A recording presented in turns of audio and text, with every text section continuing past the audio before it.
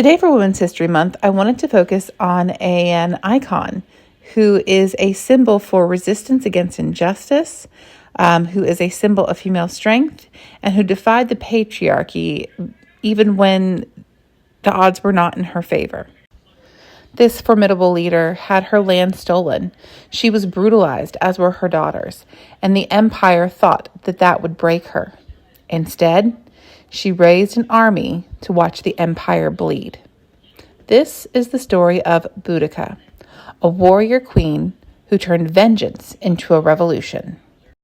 Boudicca was queen of the Iceni tribe, a Celtic people in what is now Eastern Ireland. She was married to King Boudicca, who ruled as an ally to the Empire of Rome.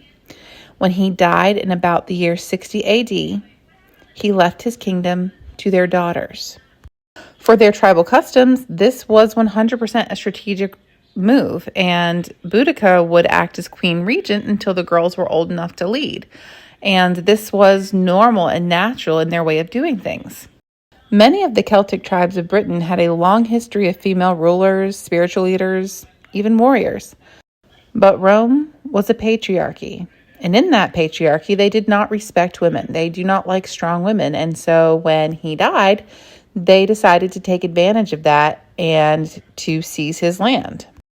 Since Rome, who was occupying most of Britain at the time, was supposed to be their ally, they did not think that this would happen. And so when the Romans moved in quickly to seize the opportunity, they began taking many of the tribal nobles into enslavement, and they proceeded to approach Boudicca. And when she resisted, they beat her in public and then assaulted her two young daughters.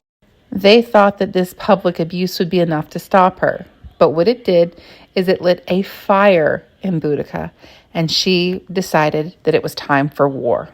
She united at least 12 other tribal groups against the British and raised an army of about 100,000 warriors to ride against Rome. According to the Roman historian Tacitus, in her speech to her army, she said, "We British are used to women commanders in war, but I'm not fighting for my kingdom and wealth now. I am fighting as an ordinary person for my lost freedom, my bruised body, and my outraged daughters. You will win this battle or perish. That is what I, a woman, plan to do. Let the men live in slavery if they will." Boudicca's rebellion was nothing short of epic. Between 60 and 61 AD, she led a massive uprising, destroying several key Roman cities. Her forces killed about 80,000 Roman soldiers and was one of the deadliest revolts in the entire empire. In fact, she was such a formidable force to be reckoned with that Emperor Nero was considering pulling all of the Roman troops out of Britain pretty much for good. And then unfortunately, it was not her day. And she lost a battle at Watling Street. And the rebel that she was stuck true to her words. She meant what she said, and she said what she meant. Instead of being taken alive, she poisoned herself rather than be captured by the Romans. Boudicca would not die except on her own terms. To her soldiers, she said, "You may die today, and I may die, but we will do so in good heart. And if you find yourself on the tip of a Roman sword, you will look into his eyes and laugh, for he can never kill you. Shed one drop of blood on this land, and you live in the place you love forever." She knew that this was a fight worth fighting, and she knew that her place was here, and she was willing to fight to the death for it. Boudicca is a massive figure of female strength and utter defiance.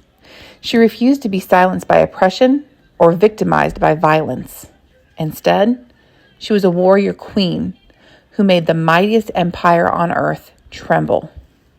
She is a reminder that women are powerful, women are leaders, and that resistance against injustice can echo throughout history, and that even in defeat, her legend lives on, inspiring the rest of us to continue to fight.